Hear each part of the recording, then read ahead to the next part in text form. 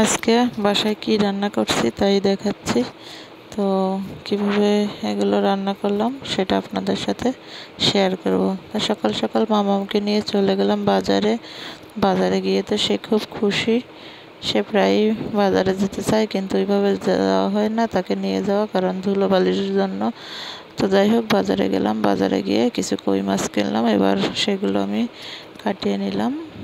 এখানে মাছ কাটার অনেক খালারা থাকে, তাদের থেকে কাটিয়ে নিলাম। তো আমি 1.5 কেজির মতো কই মাছ কিনছিলাম মামানিকে খাওয়াবো বলে। তো আমাদের এই খালাকে দিয়ে সেটা কাটিয়ে নিচ্ছি। আর মামা একটা একটা দেখছে আর খুব উৎফুল্ল হচ্ছে, আর বলছে, মা এটা কি ওটা কি। আসলে তার তো এখন চেনা জানার বয়স, তাই বারবারই প্রশ্ন করে। একটা কিছু দেখলেই মা এটা কি ওটা কি, আর সারাদিন শুধু বলতে হয় এটা সেটা। তো যাই হোক, বাসায় চলে আসছি মাছ নিয়ে। এবার মাছগুলো ভালো করে ধুয়ে নেব। তো আমি একটা একটা করে বেসিন ছেড়ে একটা একটা করে মাছগুলো ধুয়ে নেব এবার, যাতে ময়লা সব পরিষ্কার হয়ে যায়। তাই মাছগুলোকে একটা একটা করে ভালো করে ধুয়ে নিচ্ছি। বিশেষ করে এই যে কানের ভিতরটা, এখানে কিন্তু বেশ ময়লা জমে থাকে। আর মাছ ধোয়ার সময় এটা লক্ষ্য করছি, এবং সবাইকেই মোটামুটি লক্ষ্য করতে হয় যে যাতে কানের এই দিকটাতে ময়লা আবর্জনা লেগে না থাকে। তো আমি আগেও কয়েকবার ধুয়েছি, আর এটা হচ্ছে শেষ ধোয়া, তাই ভাবলাম শেষ ধোয়ার ভিডিওটাই আপনাদের করি। এই জন্য কিন্তু অতটা ভালো করে আর ধুচ্ছি না। তো এবার আমি মাছগুলোকে এক এক করে সাজিয়ে নিচ্ছি, এবং পরে সেটা বাটিতে তুলে নেব। তো এবার ভাবলাম কি দিয়ে কী রান্না করি, তাই চলে গেলাম বেলকনি বাগানে। তো বেলকনি বাগানে আসার একটাই উদ্দেশ্য, হঠাৎ করে মনে পড়লো যে গাছে তো লাউ পাতা আছে। তো আমি সেই লাউ পাতা তুলে নিলাম। আর ওদিকে আগে দেখিয়েছি যে লাউ পাতা আর কই মাছ দিয়ে আর আলু দিয়ে একটা রেসিপি করব, সেটা হচ্ছে মাথায় কিছুটা ছিল। তো যার কারণে আমি মাছগুলো ধুয়ে নিয়ে পরে চলে এলাম আমার বেলকনি বাগানে। আর এখান থেকে আমি কয়েকটা লাউয়ের পাতা ছিঁড়ে নিলাম। তো আপনারা লাউয়ের ডগা, লাউয়ের পাতা সব একসাথে দিয়ে তরকারি খেয়েছেন কিংবা ঝোল করেছেন, কিন্তু এভাবে শুধুমাত্র লাউয়ের পাতা আর আলু দিয়ে হয়তো বা অনেকে খান নাই। তাই ভাবলাম কি রেসিপিটা একটা ইউনিক রেসিপি। আমার আগে এরকম রেসিপি দেওয়া হয় নাই, ভিডিওতে ছাড়া হয় নাই, তাই এটা করে নিচ্ছি। তো এবার আমি কিছু আলু নিলাম, আলু নিয়ে কেটে নিয়েছি। যেহেতু ভিডিওটা আমি এক হাত দিয়ে করছি, সেহেতু আলু কাটাটা দেখাতে পারলাম না। তারপরেও আলুর কেটে নিলাম। এবার আলু আর পাতা আমি একসাথে রেখে দিলাম। এখানে আলুগুলোকে আমি লম্বা লম্বা ফালি করে নিয়েছি। আর এখানে নিচ্ছি কই মাছ, একটা কই মাছ, আরও বাটিতে আরও কিছু রাখা আছে। পুরো কই মাছ কিন্তু আমি আজকে এই রেসিপিতে ইউজ করব। তো আলু, কই মাছ আর লাউ পাতা, এটা একটা অসাধারণ খাবার হবে। আপনারা চাইলে ঘরে রান্না করে দেখতে পারেন। তো আজকে কিন্তু খুব টেস্টফুল একটা খাবার। আমি আবারও বলছি, কই মাছ কিন্তু স্বাদযুক্ত মাছ, আর সেই সাথে লাউ ভর্তা, আলু, অসাধারণ। যাই হোক, আমি এখন এগুলোকে ভালো করে রেখে চুলায় প্যান বসিয়ে দেব। তো প্যান বসিয়ে চুলা জ্বালিয়ে তেল দিয়ে দিলাম, যেহেতু ফ্রাই প্যান গরম হয়ে গেছে। তো আমি প্রথমে এবার গরম তেলটা এভাবে একটু সরিয়ে নিলাম, যাতে পুরো কড়াইটাতে তেল ভালোভাবে সরিয়ে যায়। এবার আমি দিয়ে দেব কই মাছ। কই মাছগুলো কিন্তু ভালো করে ভেজে নেব। আর ভালো করে ভেজে না নিলে মাছে কিন্তু একটা কাঁচা কাঁচা গন্ধ থাকবে। তো কই মাছ কিন্তু একটা জিনিস, যে কই মাছ কিন্তু কাঁচাও রান্না করা যায়, অনেক মাছই কাঁচা রান্না করা যায়, স্বাদযুক্ত হয়। তো আমি ঢেকে দিয়ে ভাজছি।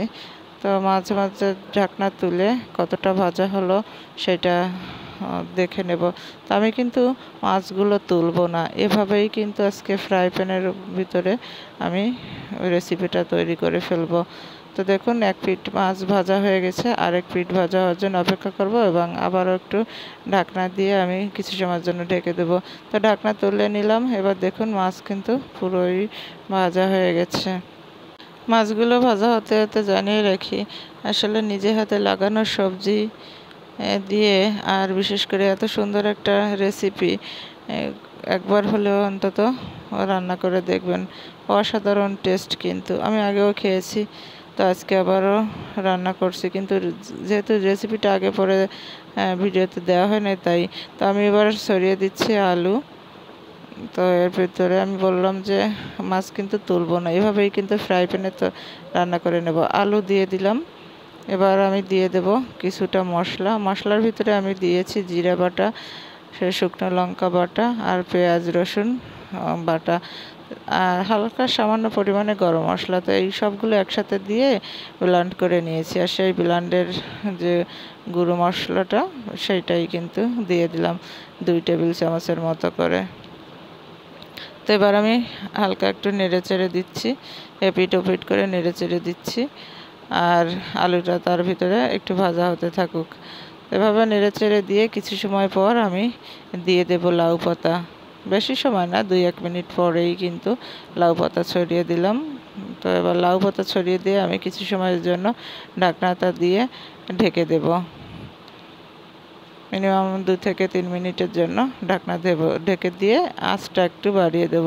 তো এভাবে দেখুন অনেকটা সিদ্ধ হয়ে গেছে। এবার আমি দিয়ে দিলাম পরিমাণ মতো নুন দিয়ে আমি একটু আবারও নেড়ে চেড়ে উল্টে পাল্টে দেব, যাতে করে নুনগুলো সব মাছ এবং সব সবজির ভিতরে মিশে যায়।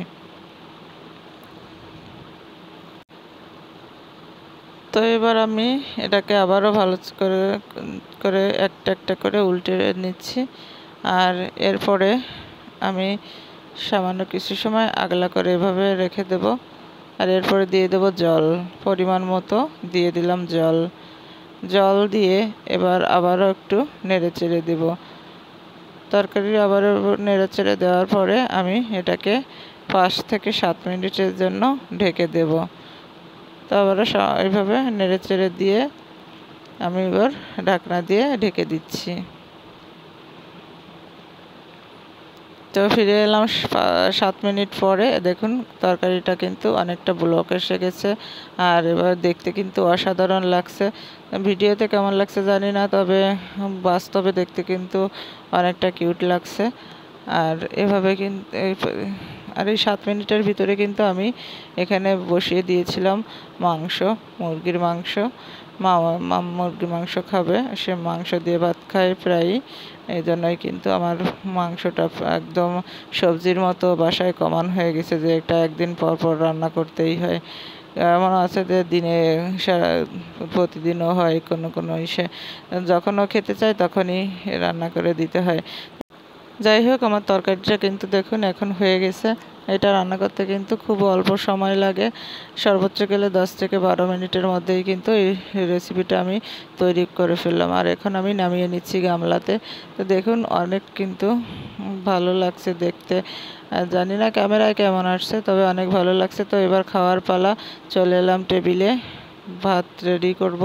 তো আগে চামচ ধুয়ে নিলাম, এবার চামচ ধুয়ে ভাত রেডি করছি। তো দেখুন তারপরে তরকারিগুলো কি সুন্দর লাগছে। এবার আমি আপনাদের দেখাচ্ছি যে কি রান্না করে নিলাম। একটা লাউ দিয়ে, এটা হচ্ছে সবজি রান্না করছি একটা, আর হচ্ছে মাংস, সাথে আছে ভাত। তো ভাত, মাংস, সবজি, আর হচ্ছে আজকের রেসিপি লাউ পাতা দিয়ে কই মাছ ঝোল। তো দেখুন ভাতটা তুলে নিলাম। তো আজকে শুধুমাত্র আমি আগেই খাবো লাউ পাতা দিয়ে কই মাছের যে ঝোলটা রান্না করছি, গামা ঝোল। তো সেই অসাধারণ কিন্তু। আর একবার এটা এভাবে রান্না করে নিলে পুরো ভাত কিন্তু নিমেষেই সাবার করে ফেলা যায়, আর এতেই কিন্তু খিদে মিটিয়ে ফেলা যায়। আগেও যেহেতু খেয়েছি, তবে রেসিপি শেয়ার করা হয় নাই বলেই কিন্তু রেসিপিটা শেয়ার করলাম। চাইলে আপনারাও বাসায় তৈরি করে নিতে পারেন।